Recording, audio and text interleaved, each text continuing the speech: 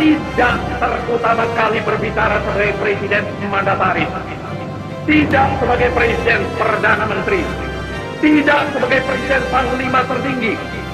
Saya berbicara di sini sebagai penyambung lidah rakyat Indonesia.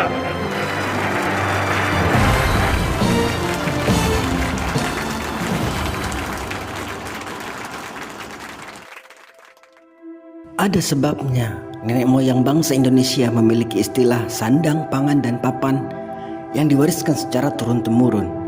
Bukan tanpa sebab jika istilah ini muncul di negeri ini, seolah-olah nenek moyang kita ingin melestarikan tradisi berharga untuk generasi selanjutnya.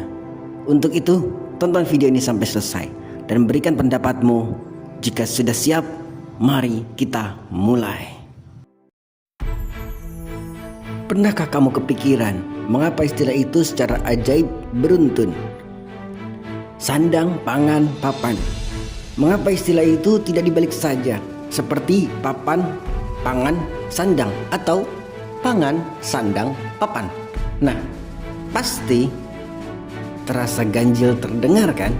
Jadi coba kita uraikan secara filosofis istilah ini agar dapat kita mengerti.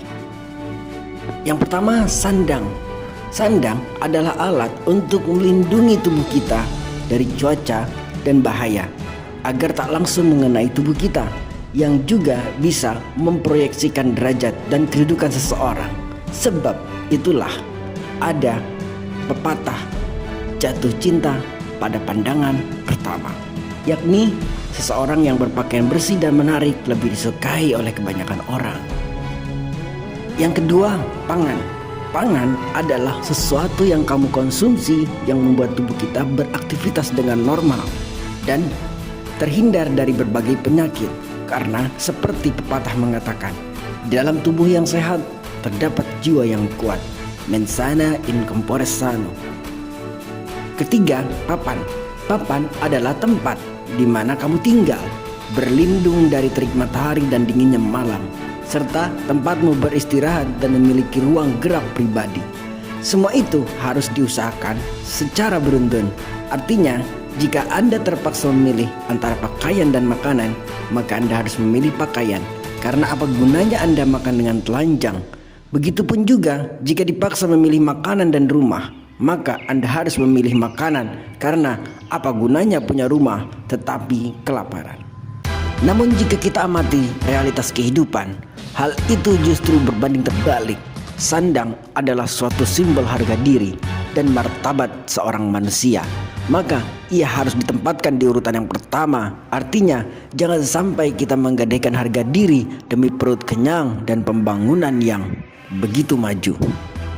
Sehingga masuklah para penjajah neokolonialisme yang menjajah dengan cara yang halus, menjejali kita dengan impor makanan, seolah negara ini tandus mengimpor produk dan teknologi, sehingga kamu malu jika memakai produk anak negeri dan bangga jika memamerkan produk asing yang dianggap bisa menaikkan derajat sosial, padahal itu hanyalah sebuah halusinasi.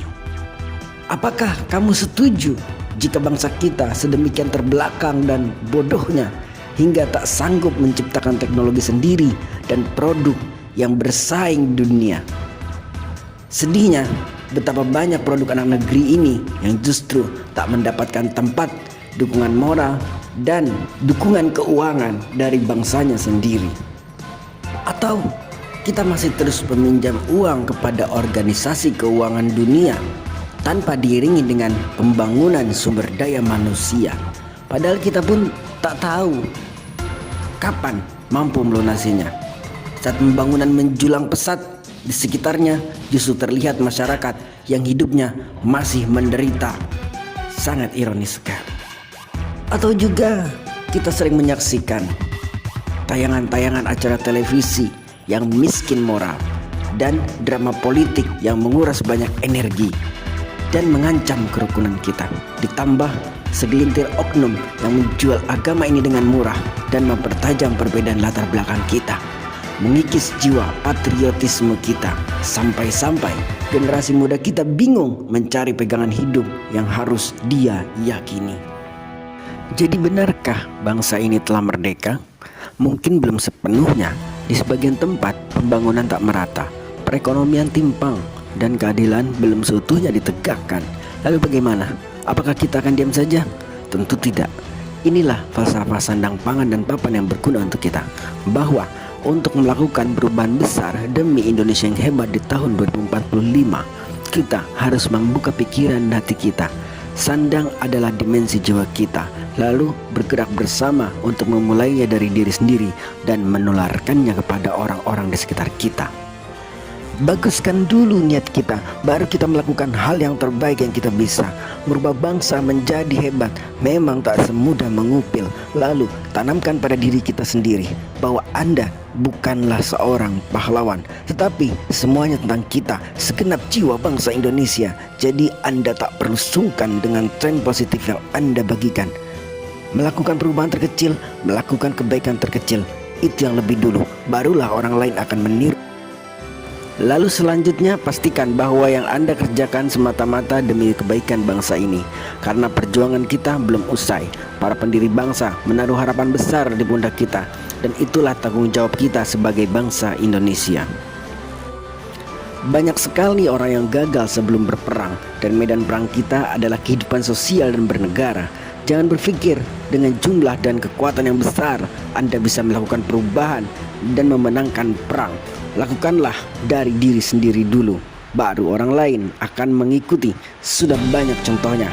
Masa yang besar malah berakhir sebagai pemberontak yang memecah belah kesatuan kita. Bahkan tak sedikit yang menjadi teroris. Selanjutnya perumpamaan falsafah Papan. Bersabarlah dalam membangun peradaban yang kokoh. Memang tak mudah, tapi sangat mungkin jikalau setiap diri kita mampu merubah diri sendiri, menghindari egoisme dan rasisme, dan bertekad mempertahankan Indonesia, maka jalan keluar dari setiap permasalahan negeri ini akan mudah untuk diatasi. Tak ada makanan, tanam sendiri. Negara ini luas, subur, dan makmur. Ikan melimpah di lautan, tinggal tangkap saja, hanya perlu sedikit usaha. Tanah kita tanah surga, hewan ternak apapun ada di sini. Jadi harusnya ketahanan pangan kita bisa dimaksimalkan dengan baik. Anehnya, mengapa kita sering krisis pangan? Tentu karena ada oknum-oknum yang tidak patriot dan tak memahami nasionalisme. Tak perlu lagi menunggu keajaiban datang atau Ratu Adil muncul bagaikan hantu. Karena Ratu dan Raja Adil dibentuk oleh lingkungan dan pemikiran yang tepat. Mungkin Andalah Raja dan Ratu itu. Maka bersiaplah melakukan perubahan dari yang terkecil di hidup Anda. Terakhir, tak perlu cemas dengan hasil perjuangan Anda di lingkungan dan kehidupan sosial. Cukup lakukan dengan yakin bahwa apa yang Anda lakukan adalah baik dan benar. Jadi mari kita terapkan falsafah Sandang, Pangan, dan Papan di kehidupan kita dengan baik. Terakhir, salam damai, merdeka, dan terima kasih. The Pancasila. Panca means 5, Sila means principle.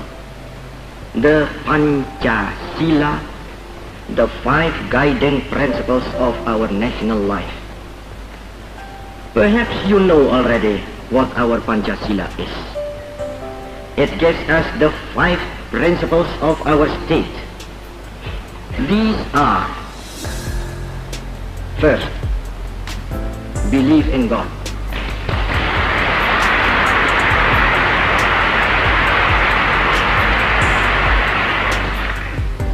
Second, nationalism. Third,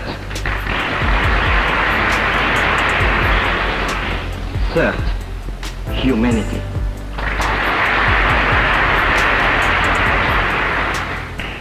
Fourth, democracy.